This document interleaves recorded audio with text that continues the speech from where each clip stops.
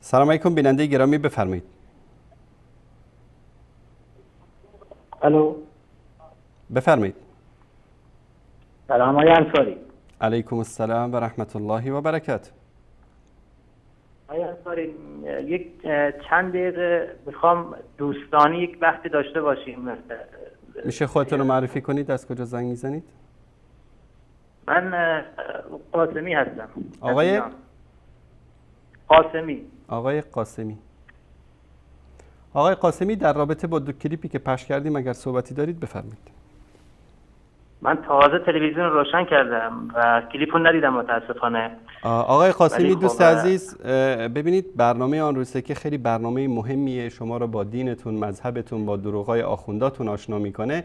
دقیقاً ساعت شروع برنامه رو یادداشت بکنید. سعی کنید همیشه هر کاری که دارید ول بکنید و بیایید این برنامه رو از اول نگاه بکنید. روش برنامه اینطوری است که ما کلیپ پخش میکنیم. آقای محترم، ما کلیپ پخش میکنیم، شما زنگ میزنید، در مورد کلیپ ها اگر اشکالی است، ایرادی است، ردی است بر این کلیپ، ما آزادانه به شما وقت میدیم که صحبت بکنید. آقای انصاری جانم. غیر از کلیپ ها یک نکته ای فقط در حد یک دقیقه با شما انجام بدم و فکر نکنید میخوام مزاحم بشم یا وقت بگیرم. خب یکی از این کلیپ های من آقای قاسمی، یکی از این کلیپ ها میگه که امامان حاضر و ناظر هستن. یعنی چی؟ یعنی 14 معصوم حاضر و ناظر هستن، همیشه شما رو مراقبت میکنن در هر حالتی که باشه. و این یکی از صفتهای الله سبحانه و تعالی است که الله سبحانه و تعالی حاضر و ناظر است بر همه اعمال انسانها. این صفت الهی رو دادن به 14 معصوم. به نظر شما آیا اشکالی نداره که 14 معصوم حاضر و ناظر همه اعمال شما باشن؟ حتی مثلا در خلوت‌های شما اونا حاضر و ناظر باشن؟ اگر رسول خدا این صفت رو خدا بهش داده باشه چی توی قرآن؟ در کجای قرآن؟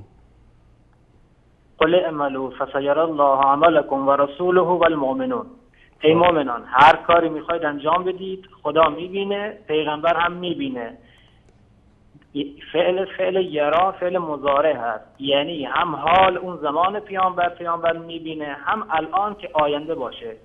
بله. الان پیامبر این آیه در کجای قرآن هست؟ میشه بگید آدرسشو؟ همینجا باز بکنیم با هم دیگه ببینیم. سرچ کنید. شما چطور به آیه استناد میکنید که نمیدونید در کجای قرآن است؟ نه همین الان. بعد چرا نمیدونم که همین الان. بفرمایید در کجا؟ سوره توبه آیه 105. الان باز میکنم براتون میبینیم. سوره توبه آیه 105. بله.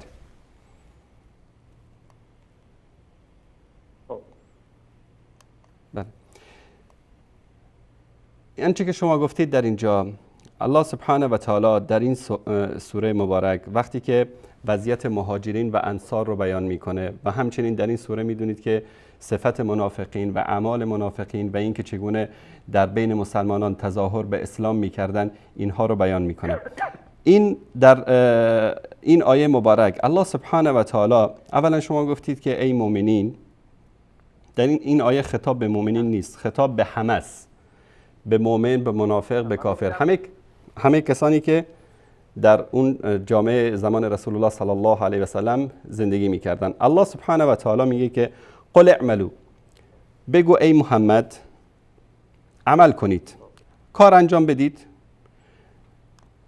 فسیر الله عملکم، الله سبحانه و تعالی میبینه اعمال شما رو. و رسوله، و رسول الله سبحانه و تعالی که محمد مصطفی صلی الله علیه و سلم باشه میبینه اعمال شما رو.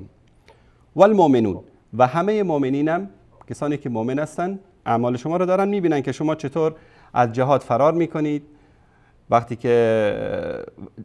جد بیاد عقب نشینی میکنید، در بین مسلمانان نفاق میندازید، تفرقه میندازید. الان اگر که دیدن یعنی اعمال انسان ها، حاضر و ناظر بودن به اعمال انسان ها. شما به این آیه استدلال کردید، پس خدا هم میبینه، رسولش هم میبینه، مؤمنین هم میبینن. یعنی همه انسان های مؤمنی که در دنیا هستن باید حاضر و ناظر اعمال بقیه انسان ها باشن. این که مصیبته. مثلا شما که ماها رو مؤمن نمیدونید، شما مثلا مؤمن، آقای مکارم شیرازی مؤمن، قزوینی مؤمن، مراجع شما همه مؤمن، شیعه همه مؤمن. یعنی شیعیان حاضر و ناظر اعمال هم دیگر هستن، از اتاق خواب هم دیگه خبر دارن. آیه انصاری جانم، ببینید وقتی که خداوند یعنی خداوند اشتباه کرده که گفت رسول الله خدا میبینه؟ برادر عزیز، الله سبحانه و تعالی در این آیه میگه که خدا داره اعمال شما رو میبینه، هم اعمال مؤمنین رو هم اعمال منافقین رو. میدونه کی داره با اخلاص و با ایمان عمل میکنه، کی داره نفاق میکنه. رسول الله صلی الله علیه و سلم داره میبینه و از طریق وحی اطلاع پیدا میکنه و مؤمنین مانند ابوبکر و عمر و عثمان و علی و طلحه و زبیر و کسانی که مؤمن واقعی بودن در زمان رسول الله، منافقین رو میدیدن که از جهاد فرار میکنن، در نماز کاهل هستن. جانم، اگر که این آیه رو شما دلیل بیارید بر این که ائمه شما حاضر و ناظر اعمال انسان ها هستن، پس مؤمنین هم حاضر و ناظر هستن، چون در اینجا میگه که الله میبینه، رسولش میبینه و مؤمنین هم میبینن. این آخوند شما گفت که 14 معصوم حاضر و ناظر همه اعمال ما در دنیا هستن. دلیل برای این مطلب بیارید. دلیل این مطلب ببینید، وقتی که طبق قرآن ثابت بشود که پیغمبر اعمال امت رو میبینه، به قول معروف میگه اثبات شی نفی معادات نمیکنه. شما نمیتونی ثابت کنی که بله چون پیغمبر میبینه ولی ائمه نمیبینن. خب وقتی پیغمبر آیه قرآن داره میگه اعمال رو میبینه، فعل یرا، ما کاری به حدیث نداریم. شما نگفته ائمه. ببینید آقای محترم، من ببینید چرا میگم دلایل لایتش اسپک نیارید. اینجا میگه الله میبینه، رسول الله میبینه، مؤمنین هم میبینن. این مؤمنین فقط یعنی اسلام و این همه ادیان و پیامبران اومدن که مؤمنین فقط 12 امام باشن لا غیر؟ یعنی شما مؤمن نیستید، مراجع شما مؤمن نیستن، عموم شیعیان مؤمن نیستن. آیا انصاری، صحبت من روی رسوله، من فعلا کاری به مؤمنین ندارم. نه، بالعکس آقای قاسمی، برعکس صحبت ما روی ائمه است. ببینید اولا آنچه که در این آیه اومده، آقای قاسمی دوست عزیز، آنچه که در این آیه اومده، آنچه که شما باش برداشت کردید از این آیه، کلن شما برداشت دیگری دارید. آیه چیز دیگری میگه. آیه میگه که الله اعمال شما رو، ای مؤمنین و منافقینی که در زمان پیامبر هستید، اعمال شما رو الله هم داره میبینه، پیامبر هم داره میبینه، مؤمنین هم دارن میبینن. الکی نیایید اینجا نگید که ما مؤمنیم و ما مسلمانیم. گوش کنید برادر عزیز، این آیه دلیلی است بر اینکه اعمال مؤمنین و منافقین رو در زمان رسول الله صلی الله علیه و سلم هم رسول الله میدید، هم الله که بیشک میبینه و هم مؤمنین میدیدن. الان شما وقتی که ادعا میکنید که 12 امام شما حاضر و ناظر هستند، باید دلیل داشته باشید، دلیل واضح و آشکار. اگر دلیل از این آیه میارید، در این آیه میگه که مؤمنین هم میبینن. یعنی همه مؤمنینی که در دنیا هستن، حالا اهل سنت مؤمن نیستن، وهابی مؤمن نیستن، شماها مؤمن هستید. شماهایی که مؤمن هستید یعنی به همه اعمال انسانها حاضر و ناظرید. آیا انصاری، ببینید پیغمبر، یعنی این که خدا میفرماید پیامبر میدید، یعنی در گذشته فقط میدید، الان شاهد و حاضر نیست؟ آقای محترم، من گفتم پیامبر در گذشته میدید، در زمان حیاتش و شأن نزول این آیم در مورد دیدن اعمال منافقین در زمان رسول الله صلی الله علیه و سلم، چون سوره توبه از اول تا آخرش اومده در مورد صفات منافقین بیشتر صحبت کرده. یکی از اسمای سوره توبه سوره فاضحه است، یعنی به اصطلاح آشکار کردن منافقین. بله. آیه انصاری پیغمبر در گذشته فقط میدید و الان دیگه نمیبینه؟ الان نمیبینه. الان پیامبر اونجا تلسکوپ دستش نگرفته که از بهشت بیاد ما رو ببینه که ما داریم چی کار میکنیم. هر کس به این اعتقاد باشه، هر کس به این اعتقاد باشه که پیامبر الان حاضر و ناظر به همه اعمال ما انسان‌ها هست، این یک عقیده کفری است. این صفت الله سبحانه و تعالی است.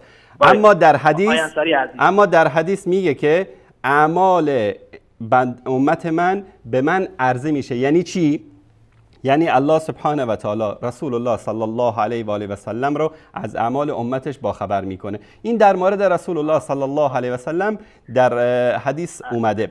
اما اینکه مؤمنین ناظر اعمال بقیه هستن، بله با چشممون داریم میبینیم. ما داریم مثلا اعمال مراجع شما رو هم میبینیم، اعمال مسلمان ها رو هم میبینیم، اعمال منافقین رو هم میبینیم، کفار هم میبینیم. آقای قاسمی، من از شما خواستم موضوع کلیپ این بود که ائمه میبینن. شما دلیلی برای دیدن ائمه برای من بیارید. باشه اونم میارم. یرا چه فعلیه؟ این رو من میگید در اصطلاح صرفی چه فعلیه؟ لا حول ولا قوة. نه یک کلام بگید چه فعلیه؟ بفرمایید شما بگید، هر طوری که شما دوست دارید تفسیر بکنید، بعد من صحبت میکنم. نه شاید همینطوری دوستانه آقا، خودتون ناراحت نکنید. ناراحت نیستم. بفرمایید. این منبر دست شما این آیه رو از اول تا آخر، قال اعملوا فسيرى الله عملكم ورسوله والمؤمنون الی آخری، این رو بیایید شما تفسیر بکنید هر طوری که دوست دارید و دلیل قاطع بیارید برای اینکه 14 معصوم میبینن. بسم الله. این آیه وقتی که داره میگه و قل اعملوا، مطلق میگه انجام بدید، هر چی میخواید انجام بدید، هم خدا میبیند. یرا فعل مضارع داره و استمراره. بله. یعنی ای مؤمنین، ای منافقین، ای هر کسی که مخاطب این آیه هستی، هم الان ببین فعل مضارع آیه انصاری هم دال بر حال میکنه، معنای حال میده، هم معنای آینده میده. این چیزی نیست که شیعه بگه، سنی بگه، ادبیات عربه. بله. وقتی میگه فسیر الله عملکم، یعنی هم الان میبینه هم در آینده میبینه. یعنی چیزی نیست که انقطاع کنه بگیم آقا تا یه سال دیگه میبینه، وقتی از دنیا رفت دیگه تمام شد. نه، استمرار داره. فسیر الله عملکم، هم الان میبینه اعمال شما رو این خدا و این رسول، و هم در آینده خواهد دید. ولذا به همین خاطره که شما وقتی میاید میخواید بگید که ائمه اعمال ما رو نمیبینند، خب و حاضر و ناظر نیستند، و همین الان یک دقیقه پیش فرمود ائمه در کجا ذکر شده؟ یک لحظه آقای قاسمی، ائمه شما الان گفتید ائمه در کجای این آیه ذکر شده؟ خب احسن. پس اون موضوع رو تمامش کنیم ان شاءالله و به ائمه برسیم. پس شما قبول میکنید که پیغمبر خدا با توجه به اینکه فعل مضارع هست، همین الان حاضر و شاهد و ناظر من به شما؟ نه خیر، من اینو قبول نمیکنم. چرا؟ دلیلتون چیه که قبول نمیکنید؟ خب شما اول بفرمایید که ائمه در کجا ذکر شده، بعد من این صفحه قرآن رو کاملا اینجا باز میکنم جلوی بیننده، از اول تا آخر میخونیم که ببینیم معنی این آیه چی است. خوبه؟ آیه انصاری شما ثابت کنید که پیغمبر قرآن میگه خب میبینید. الان پس شما رو خط بمونید به تلویزیون نگاه بکنید، بعد از اینکه تموم شد صحبت‌های من به شما وقت میدم صحبت کنید. بینندگان گرامی، این آیه در سوره توبه است، در جزء 11 در قرآن‌های چاپ مدینه صفحه 203. در اول این صفحه ببینید که الله سبحانه و تعالی میاد صفات مؤمنین رو بیان میکنه. آقای قاسمی قطع کردن، دوستان میگن در بخش کنترل که قطع کردن. السابقون الاولون من المهاجرین والانصار والذین اتبعوهم باحسان رضی الله عنهم ورضوا عنه وعد لهم جنات تجری تحت الانهار خالدین فیها ابدا ذلك الفوز العظیم. پیشگامان نخستین از بین مهاجرین و انصار، کسانی که هجرت کردند با رسول الله صلی الله علیه و سلم، و از انصار، کسانی که در مدینه یاری رساندن پیامبر صلی الله علیه و سلم، و کسانی که از اینها پیروی کردند، چه بعد از مهاجرین و انصار ایمان آوردن و چه کسانی که تا روز قیامت متابعت میکنن از سیره و روش مهاجرین و انصار. الله سبحانه و تعالی چی میگه؟ رضی الله عنهم، الله سبحانه و تعالی از اونها خوشنود گشت و برای اونها و عد لهم جنات تجری تحت الانهار، و برای اونها باغهایی رو در بهشت آماده کرده که نهرها از زیر درختان آن جاری است، در آنجا جاویدان خواهند ماند. این کامیابی بزرگ است. بعد از اون میاد قرآن کریم در مورد منافقین صحبت میکنه. منافقین کسانی بودن که در مدینه بعد از جنگ بدر وقتی مسلمان ها پیروز شدن، اینها اومدن تظاهر به اسلام کردن، گفتن که ما مسلمانیم. در اول سوره بقره اگر که به یاد داشته باشید، من بارها این آیه رو بیان کردم. اذا لقوا الذين آمنوا قالوا آمنا و اذا خلوا الى شیاطینهم قالوا انا معكم انما نحن مستهزئون. اینا میمدن با مؤمنین که روبرو میشن، بله ما مسلمان شدیم، ما ایمان، چون ترسیدن. اصلا منافقین چه وقت به وجود میان؟ اینا همیشه یک قاعده کلی رو داشته باشید که منافق وقتی به وجود میاد که اسلام عزت داشته باشه، زور داشته باشه، اسلام حکومت داشته باشه، اسلام حاکم باشه. وقتی که اسلام ضعیف باشه، صفها مشخصه، صف مؤمنین است، صف کفار است. در مکه ما منافق نداریم. هیچ کس در مکه تظاهر به اسلام نکرده بود. چرا؟ چون تظاهر به اسلام وقتی میشه که اسلام قوت داشته باشه، در مکه قوت نداشت. تظاهر به اسلام وقتی میشه که طمع غنیمت و مال و سود دنیا داشته باشن. در مکه هر کس که مسلمان میشد ولو تظاهر به اسلام میکرد، زیر شکنجه و زیر شلاقهای مشرکین باید تعذیب میشد. به خاطر همین ما در مکه منافق نداریم، فقط در مدینه منافق داریم. یا بعد از جنگ بدر منافقین به وجود آمدن، چه در مدینه چه در اطراف مدینه. در مکه ما هر کسی که در مکه ایمان آورده مؤمن واقعی است، چون که به مجرد ایمان آوردن نه بهش منصب میدادن، نه قدرت میدادن، نه غنیمتی بود، نه جهادی بود، هیچی نبود. در مدینه وقتی که جنگ بدر صورت گرفت، مسلمان ها غنیمت گرفتن، قوت مسلمان ها، شوکت مسلمان ها تجلی کرد، حکومت اسلامی پایدار شد. تعدادی از کسانی که کافر بودن مثل عبدالله ابن ابی ابن سلول و جماعتش، کسانی که همراه او بودن، اینها اومدن در محضر پیامبر صلی الله علیه و سلم تظاهر به اسلام کردن. به خاطر چی؟ به خاطر اینکه اولا از غنیمت، از اون مال و ثروتی که به اصطلاح به دست مسلمان افتاده بود، اینا هم بهره‌ای ببرن. ثانیاً میترسیدن دیگه، الان وقت ترس و لرز بود، اسلام قوت گرفته بود، 313 نفر رفتن 1000 خورده ای رو تارمار کردن. اینها ترسیدن و اومدن تظاهر به اسلام کردن. اینا فکر میکردن که وقتی ما میگیم تظاهر به اسلام میکنیم، خلاص دیگه ما محمد صلی الله علیه و سلم رو فریب دادیم، خدا رو فریب دادیم، این مسلمان ها که انسان های بسیط هستن اینها رو هم فریب دادیم. الله سبحانه و تعالی در آیه 101 سوره توبه، احمد جان اگر که نشون بدی، در اینجا میگه و ممن حولکم من الاعراب منافقون و من اهل المدینه مردوا علی النفاق لا تعلمهم. و از اهل مدینه و از بیابانگردها، بادیه‌نشینایی که در اطراف مدینه هستند، کسانی هستند که منافقن، خوی نفاق را دارن، تو آنها را نمیشناسی. ببینید در اینجا لا تعلمهم خطاب به محمد مصطفی صلی الله علیه و ای محمد تو اونها رو نمیشناسی. اگر که این آیه بعدی که اینا بهش استدلال میکنن قل اعملوا فسيرى الله عملكم، اگر اینطوری که اینا برداشت میکنن باشه، دیگه الله سبحانه و تعالی خطاب به محمد مصطفی نمیگفت که لا تعلمهم تو اونها رو تو نمیدانی، نمیشناسی اونها رو. نحن نعلمهم، الله سبحانه و تعالی میگه من میدانم، الله سبحانه و تعالی میداند که اینها در قلبهایشان نفاق است. سنعذبهم مرتين، به زودی آنها را چی میکنیم؟ دوبار عذاب میکنیم. ثم يردون الى عذاب عظیم، بعد از اون اینها در روز قیامت به سوی عذاب بزرگی فرستاده میشوند. بعضی از کسانی که بودن در بین اینها و آخرون اعترفوا بذنوبهم، بعضی از انسانهایی که بودن اینها به گناهان خود اعتراف کردند. خلطوا عملا صالحا و آخر سیئا عسى الله ان یتوب علیهم. بعضی از اینها بودن کارهای خوبم کردن، کارهای ناشایسته هم کردن، باشد که الله سبحانه و تعالی توبه آنها را بپذیرد، زیرا که الله غفور و رحیم است. بعد از اون در مورد کسانی که بودن در جامعه پیامبر صلی الله علیه و سلم زندگی میکردن در مدینه، که امر میکنه به رسول الله که خود من اموالهم صدقه تطهرهم و تزکیهم و صلی علیهم، از اموال اینها صدقه بگیر و زکات بگیر و تا به وسیله آنها را پاک سازی و تزکیهشان کنی و برایشان دعا کن. ان صلاتك سکن لهم والله سمیع علیم. این دعای تو مایه آرامش است برای آنها و خداوند شنوای داناست. آیه بعدی چی میگه؟ الم یعلموا ان الله هو یقبل التوبه عن عبادی. آیا نمیدانند که تنها الله سبحانه و تعالی است که توبه را از بندگانش میپذیرد؟ و یأخذ الصدقات و ان الله هو التواب الرحیم. و صدقات را میگیرد و بیگمان الله است که توبه پذیر مهربان است.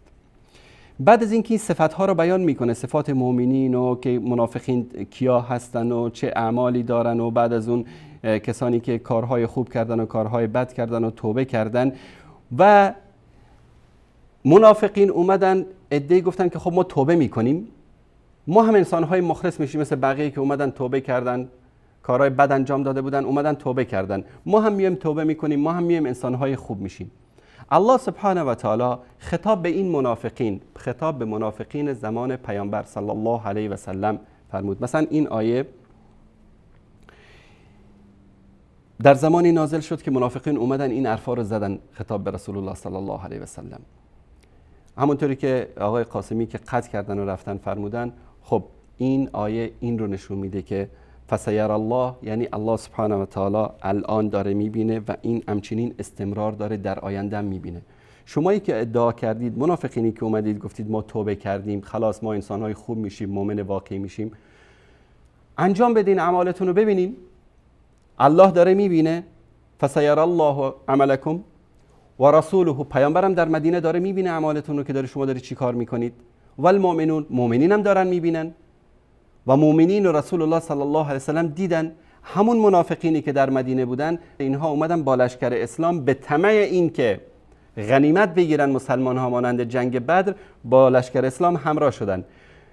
در نیمه راه که رسیدن، چون فی قلوب مرض، الله سبحانه و تعالی میگه قلبایشان مریض است، نخواست الله سبحانه و تعالی که اینها در جهاد شرکت بکنن، یک فضیلتی برایشون باشه. اینها اومدن وسط راه برگشتن. عبدالله ابن ابی یک بهانه‌ای کرد که نظر من این بود که ما در مدینه بمونیم و بیرون نیاییم و حالا محمد صلی الله علیه و سلم به حرف بعضی از جوانها گوش کرده و داره میره احد و از وسط راه برگشتن. این عمل اینها رو الله دید، رسول الله هم دید و ابوبکر و عمر و عثمان و طلحه و علی و صحابه‌ای که بودن، مصعب و عبدالله ابن جحش و حمزه و اینا مؤمنینی که بودن در اونجا دیدن عمل اینها رو، از وسط راه برگشتن اینها رو. پس الله دید، رسول الله دید و مؤمنین هم دیدن. پس در اینجا الله سبحانه و تعالی میگه که شما برید عمل انجام بدید، کار انجام بدید تا که الله سبحانه و تعالی ببینه، داره میبینه و در آینده میبینه. رسول الله داره میبینه عملتون رو، در آینده هم خواهد دید. مؤمنین هم که شما میخواید اونها رو فریب بدید الان دارن شما رو میبینن، فردا هم عمل شما رو خواهند دید. ببینن آیا شما واقعا انسان‌های صادق و راستگو هستید یا نه، هنوزم در قلب‌های شما مرض هست. پس این آیه در مورد منافقینی بود که در زمان رسول الله صلی الله علیه و آله و سلم ادعای صلاح و فلاح و رستگاری کردن. الله سبحانه و تعالی گفت برید عمل انجام بدید. به قول معروف میگن جوجه را آخر پاییز میشمارن، ببینیم که شما واقعا در این اعمالتون راستگو هستید یا نیستید. پس این آیه دلیل بر این است که در اون زمان با همین چشم رسول الله صلی الله علیه و سلم و المؤمنین دیدن منافقین رو و بعد از اون روز هم دیدن که این آیه نازل شد، سالهای بعدش هم دیدن و تا روز قیامت اعمال منافقین و مؤمنین رو در دنیا مؤمنین خواهند دید. جنگی رخ داد در افغانستان، در عراق، صفها جدا شد، مؤمن و منافق رو مسلمان ها شناختن. کسانی که جهاد کرده بودن به خاطر مقام و منصب و دنیا و کسانی که جهاد کرده بودن به خاطر خدا رو شناختن. ما صحبتمون با آقای قاسمی که قطع کردن رفتن سر این بود که آیا این 14 معصوم شما هم که حاضر و ناظر هستن دلیلی برای حاضر و ناظر بودنشون از قرآن دارید؟ این دلیل لایت چسبک رو آوردن که به دردشون نمیخوره.